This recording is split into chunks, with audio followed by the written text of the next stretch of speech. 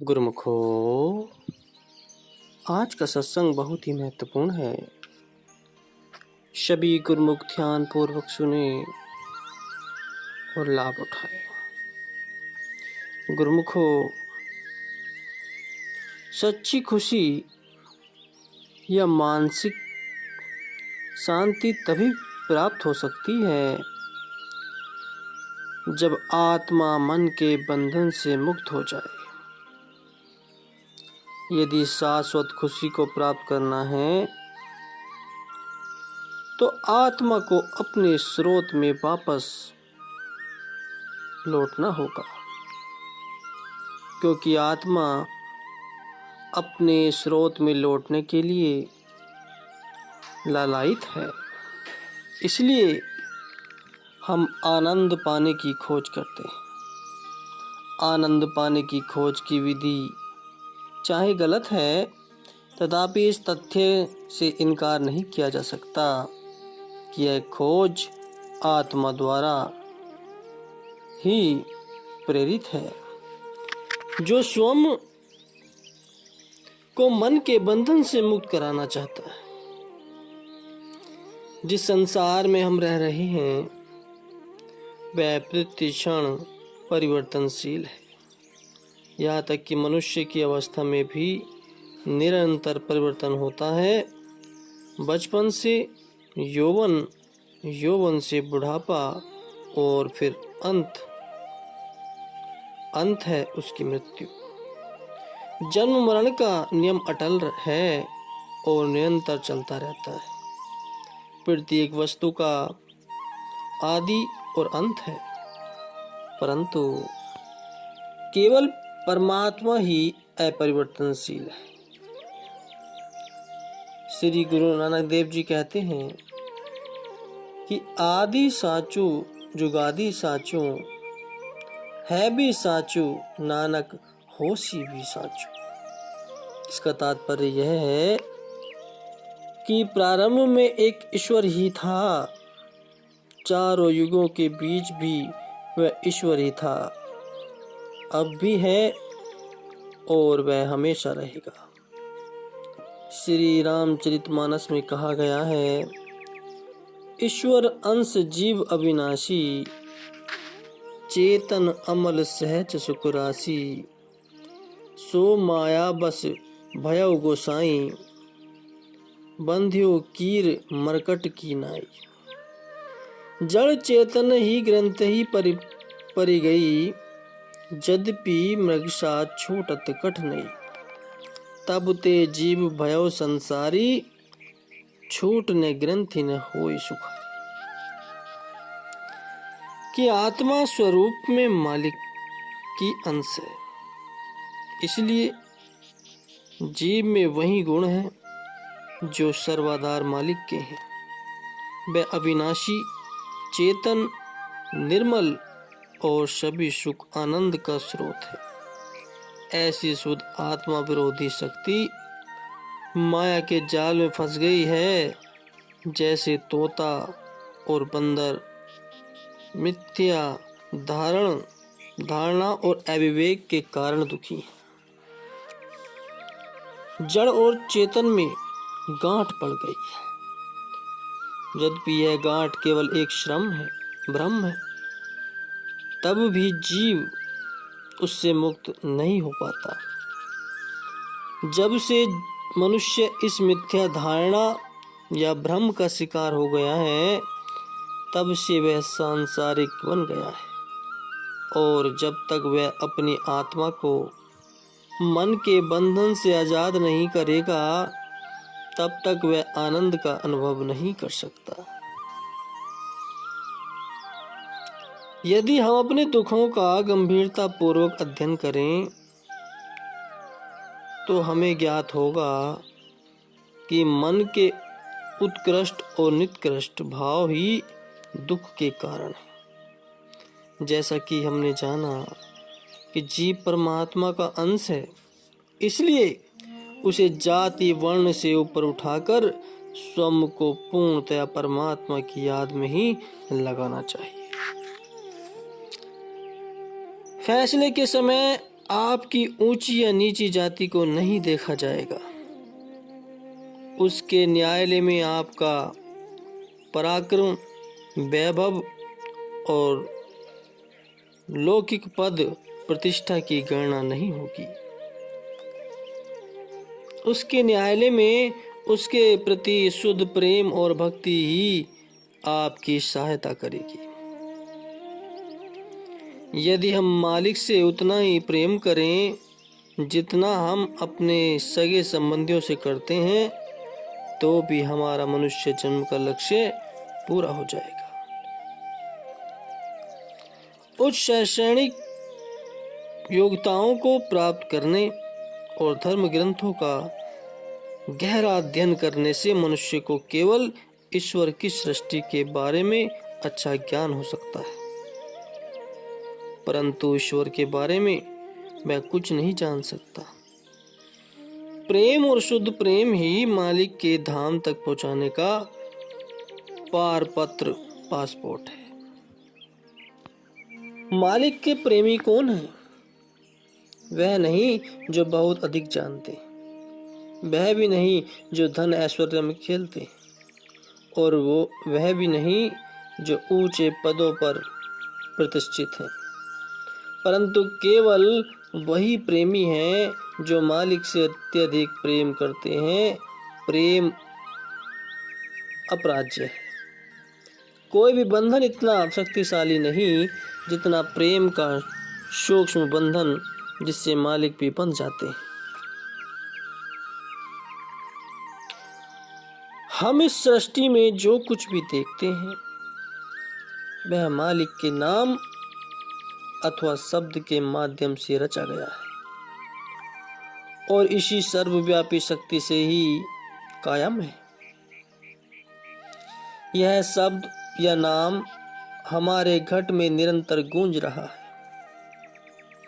अपनी सुरती या चेतना को इस नाम से, जो हमारे हर श्वास में प्रतिध्वनित हो रहा है, जोड़ देने से हम मानसिक शांति, जिसमें कोई दुख और चिंता नहीं रहती, को निश्चित ही प्राप्त कर सकते। जब तक हमने इस सत्य को नहीं जाना और हमारी सूरत नाशवान पदार्थों में ही भटकती रही,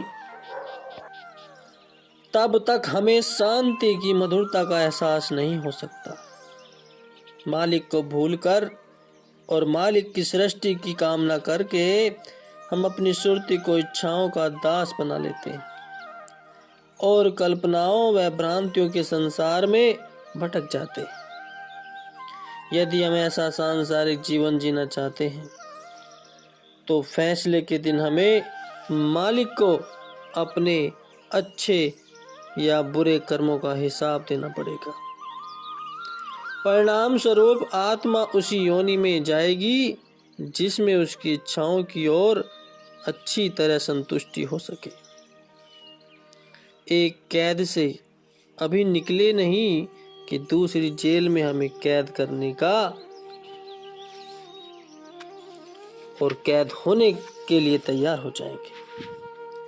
इस प्रकार कभी अंत न होने वाला यह 84 लाख योनियों का चक्कर चलता रहता है और हम तब तक अपने कर्मों के अनुसार एक योनि से दूसरी योनि में भटकते रहते हैं।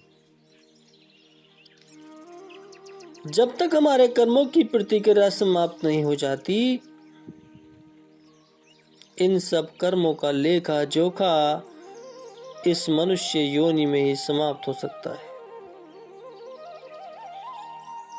इससे यह सिद्ध होता है कि मनुष्य जन्म अन्य योनियों से अमूल्य और लाभकारी और महान है। हमारे धार्मिक ग्रंथों और सभी संतों ने इसकी महिमा को गाया है और कहा है, कबीर मानस जन्म दुर्लभ है होई न बारंबार, जीव बन फल पाके भुई गिरही बहुर न लागही डार।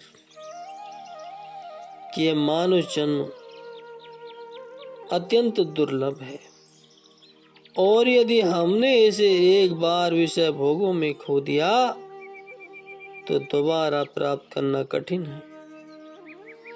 इसी तरह ही जैसे पका फल यदि एक बार भूमि पर गिर जाए तो दोबारा डाल पर नहीं लगाया जा सकता। संत महापुरुष दया से अभिभूत होकर हमारी वर्तमान दुखपूर्ण दशा पर अफसोस करते हैं और हमें बुद्धिमता से चलने की प्रेरणा देते हैं तथा हमें उपदेश देते हैं कि इस दुर्लभ जन्म को आत्मज्ञान प्राप्त किए बिना यूं ही नहीं गंवाना चाहिए। महापुरुषों द्वारा दर्शाया गया मार्ग पूर्णतः वैज्ञानिक है और अपनाने में सरल है। वे आपको मानव शरीर की भीतरी प्रयोगशाला में ले जाते हैं और आत्म अनुभव करने में आपकी सहायता करते हैं। वे आपको यह कदापि नहीं कहते कि कठोर तप साधनाओं से अपने शरीर को कष्ट दो और संसार का त्याग करके जंगल में भाग जाओ, परंतु संत महापुरुष यह भी नहीं कहते कि इस नाशवान शरीर को संवारने में इतना लगे रहो कि मालिक की याद के लिए आपको समय नहीं मिले। चाहे भिन्न भिन्न देशों के भिन्न भिन्न देश हैं, रीति रिवाज, भाषा और पूजा का ढंग सबका अलग है, परंतु मूल आधार सबका एक ही है। सभी देश, जाति और वर्ण के मनुष्य बड़ी लगन से उस सर्वाधार मालिक की खोज कर रहे हैं। जैसे गौएं रंग, रूप और आकार में चाहे अलग हों, परंतु दूध सबका एक जैसा ही होता है। इसी तरह ही बाह्य दृश्यमान विभिन्नता में भी वही एकता और क्षमता है।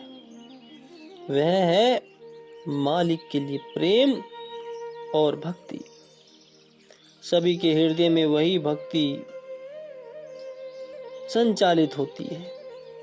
देश, जाति तथा वर्ण का भेद होने पर भी हम सबका लक्ष्य यही है कि आत्मा को अपने असली घर ले जाना, जो सब प्राणियों का परम धाम है। हमारा धर्म ग्रंथों की भाषा और शैली से कोई प्रयोजन नहीं,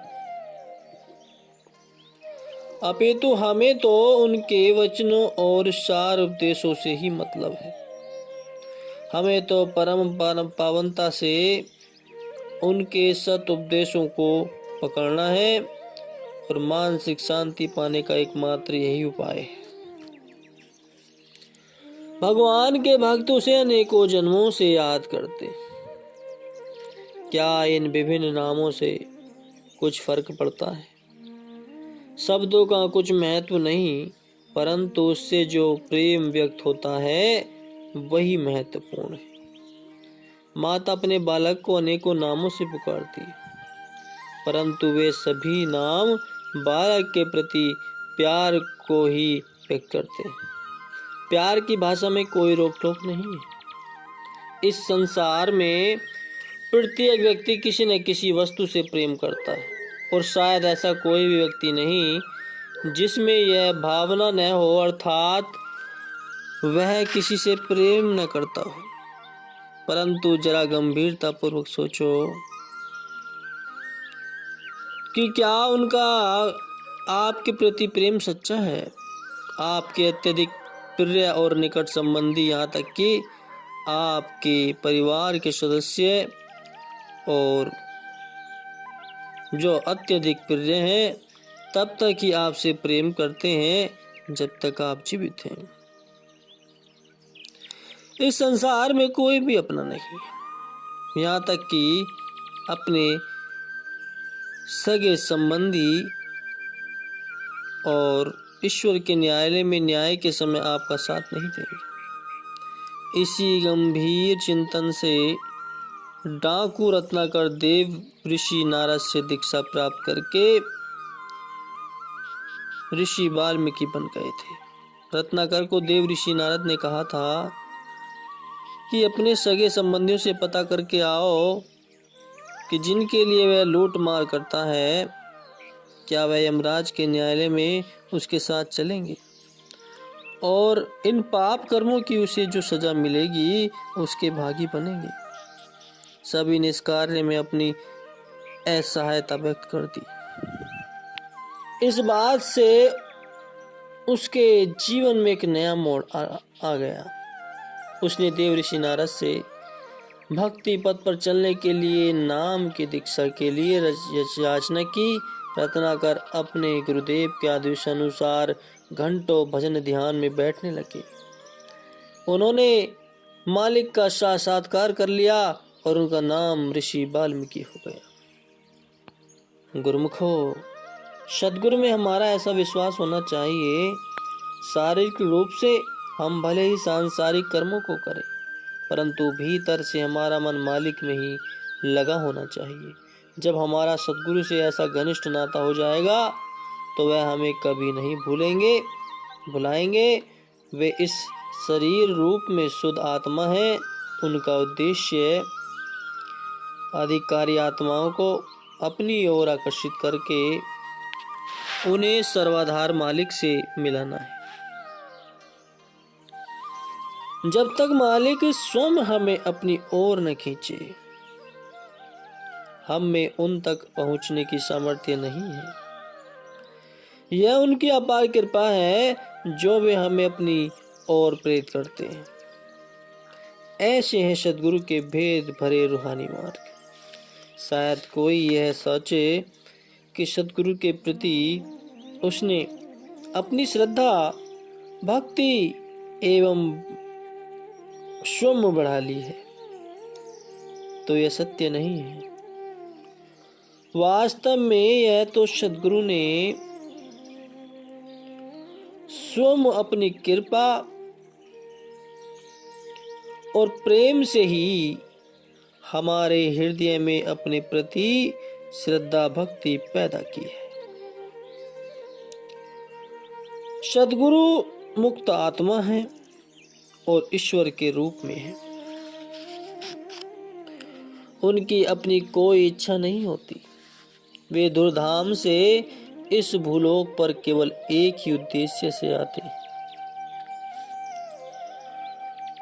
उनका उद्देश्य होता है हमारे दुखों को कम करना और अपनी ओर आकर्षित करके हमें सच्ची शांति और सुख प्रदान करना।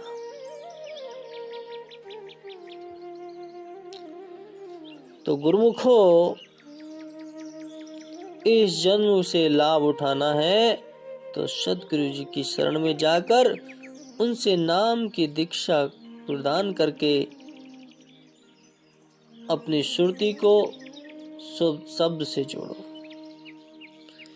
जब सुरती शब्द से जुड़ जाएगी, उसमें मिल जाएगी, तो परमात्मा का साक्षात्कार होना निश्चित है। तब ये सुरती नाम में मिलकर उस परमात्मा से जुड़ जाएगी। तब आत्मा परमात्मा का स्वरूप बन जाएगी और इस जन्म का, मनुष्य जन्म का कल्याण हो जाएगा।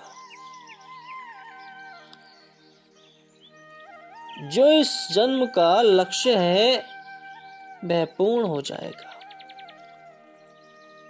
इसलिए मनुष्य को समय रहते हुए संतों की शरण में जाना अति आवश्यक है। जो समय के अनुसार चलते हैं, जो इस समय के चक्र को जान जाते हैं, वो ही लाभ उठा ले जाते और उनका मनुष्य जीवन पूरी तरह से पूर्ण हो जाता है। मनुष्य जन्म का कल्याण हो जाता है। बोलो जयकारा, बोल मेरे श्री गुरु महाराज जी की जय।